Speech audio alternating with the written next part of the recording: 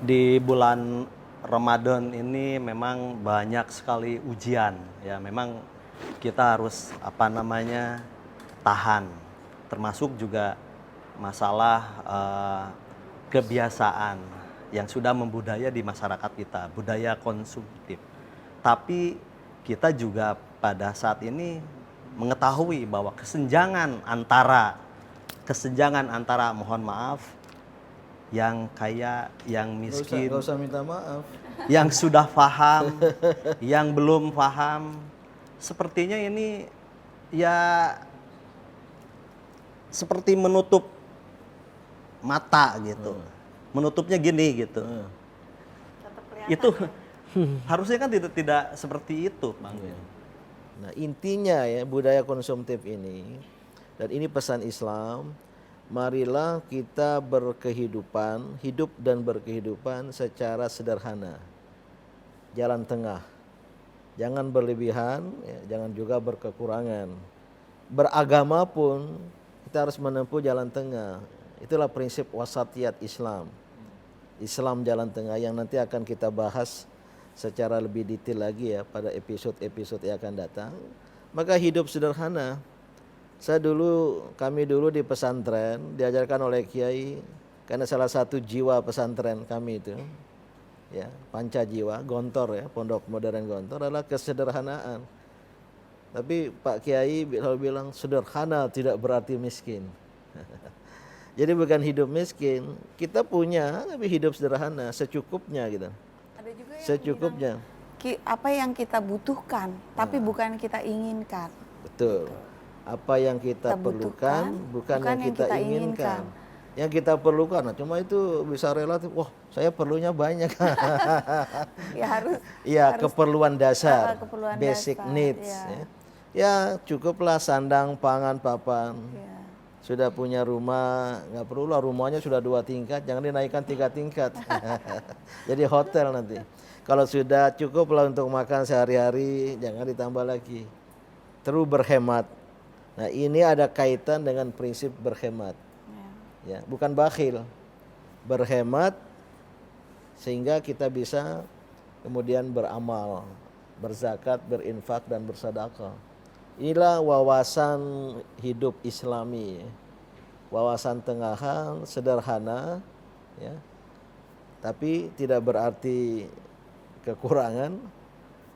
Walaupun kita berlebihan bisa kemudian kita salurkan dalam semua hal. Nah, ini mumpung Ramadan belum selesai, masih ada ya. Maka marilah kita balik kanan, hidup sederhana.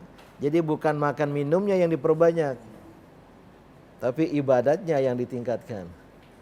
Ini begitu jelang Ramadan, ini syukur sekarang pusat-pusat perdagangan karena wabah corona ini dikurangi atau mungkin ditutup. Tapi kan biasanya begitu 10 terakhir Ramadan, mal-mal yang penuh, sementara masjid-masjid yang sepi. Katanya alhamdulillah, kata pengurus masjid, ibadat kita semakin maju karena safnya maju. Maju safnya tidak lagi penuh, semakin maju ke depan. Itu ironi. Itu yang paradoks tadi itu. Dan inilah yang ya sisa-sisa Ramadan ini untuk kita siapkan, termasuk nanti menjelang Idul Fitri. Ya, ada ungkapan Idul Fitri itu laisal id man labisal jadid. Bukanlah hari raya itu bagi yang memakai pakaian baru. Walakinal id liman taqwahu yazid. Tapi hari raya itu bagi mereka yang ketakwaannya bertambah. Nah, mudah-mudahan kita termasuk seperti itu. Amin, amin. Sederhana itu indah sekali dalam Islam. Dan dengan sederhana itu kalau kemudian bisa merubah mindset kita Muslim, maka itu membantu juga untuk pencegahan kejahatan. Karena kejahatan itu muncul karena ada kesempatan.